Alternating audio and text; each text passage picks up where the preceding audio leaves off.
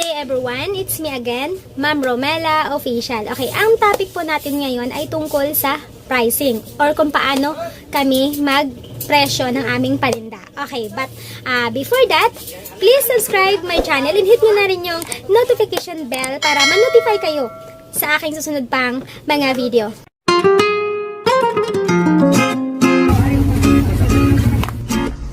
Alam nyo po ba, ang hirap magpresyo ng paninda kapag marami kang kakompetensya. Okay, paano ko nga ba nasabi yon?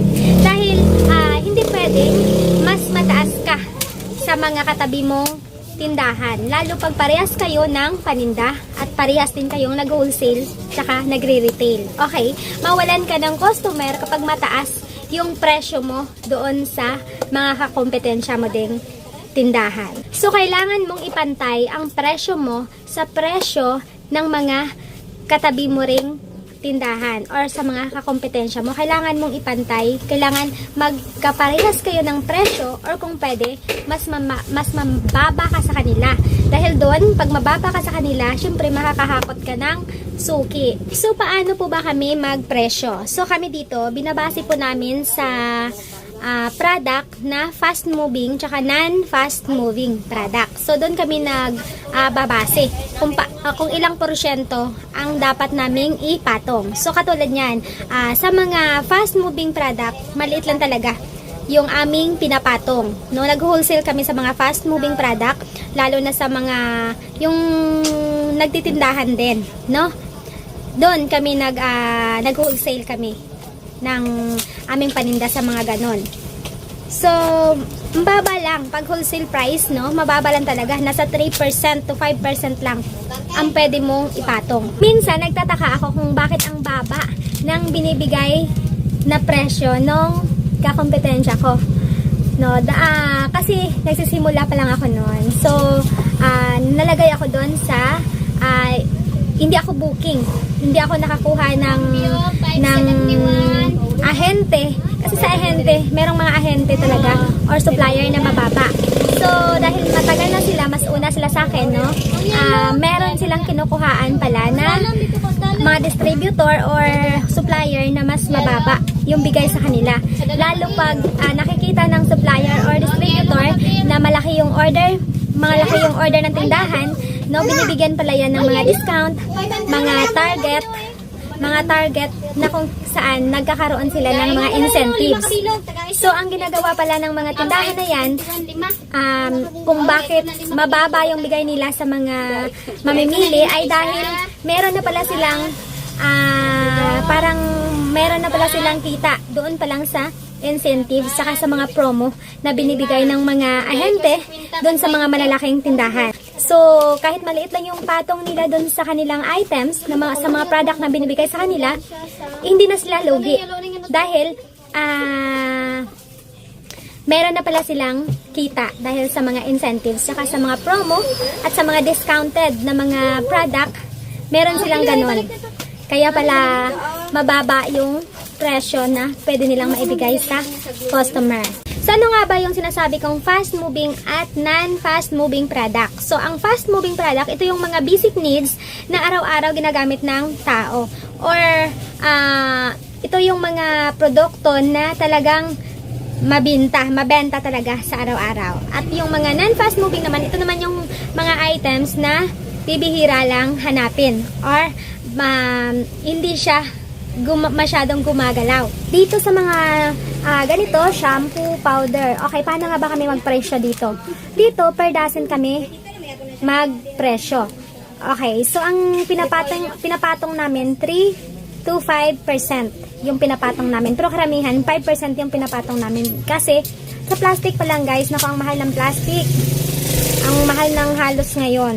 Minsan, pinapadouble pa yan ng customer. Ginagawa ko 5%. Kasi, yung ibang kakompetensya masyadong mababa na din minsan magbigay, no? Parang wala na rin silang, para sa akin ha, para wala na rin silang kikitain dahil ang daming gastusin, no? Ang daming expenses rin ng tindahan sa mga ano pa lang, sa mga bills, no? Rent mo, tauhan mo. So, parang hindi mo na siya kakayanin kapag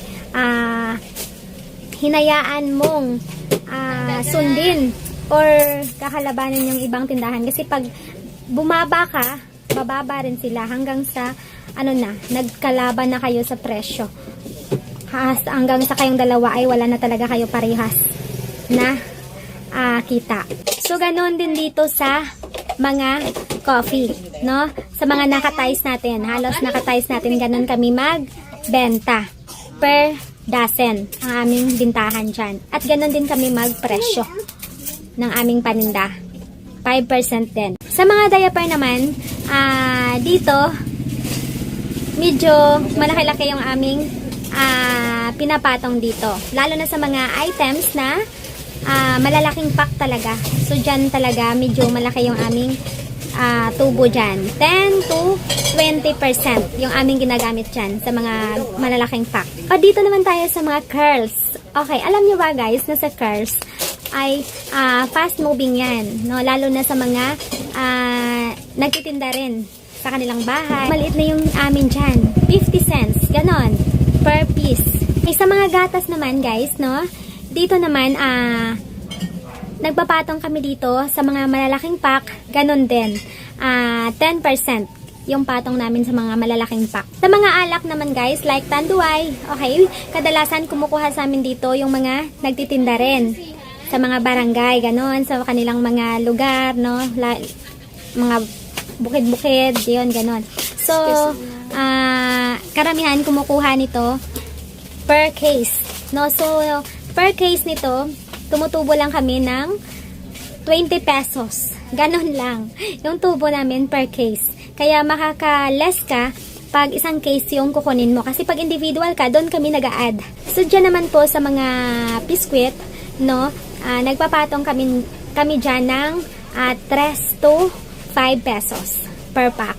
Nga pala guys, sa mga resibo, dapat titingnan nyo maigi kung yung bang resibo na binibigay sa inyo ay batable or non-batable. Kailangan marunong kayong tumingin ng resibo, no? Kasi baka dito lang kayo bumabase, no? Tapos i-divide nyo lang kung magkano laman. Halimbawa, yung isang case nito, ganito, 2,106 point ay ganyan. Tapos i-divide nyo kung magkano laman. Tapos mag-a-add kayo ng kung magkano man yung i-a-add nyo na tubo. Tapos, hindi mo pala alam na nag-add din pala sila ng 12% VAT.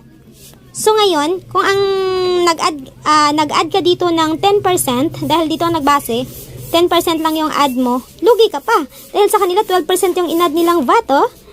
Yan. So, kailangan, katulad ko, i-total mo to. Yung lahat.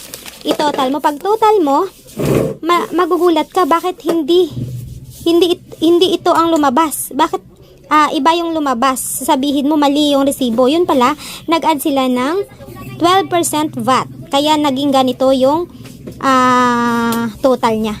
So, kailangan tingnan yung mabuti yung inyong resibo. Kung pwede i-total mo lahat. Tapos pag iba yung lumabas doon sa total, titingnan nyo kung vatable ba or non-vatable. So, sana may natutunan po kayo sa akin. At kung meron po kayong mga itatanong, mag-comment lang kayo dyan sa baba. At sasagutin po natin yan. Okay? At sa hindi pa pala subscribe sa aking channel, please subscribe my channel and hit nyo na rin yung notification bell para updated kayo sa iba pa nating mga video.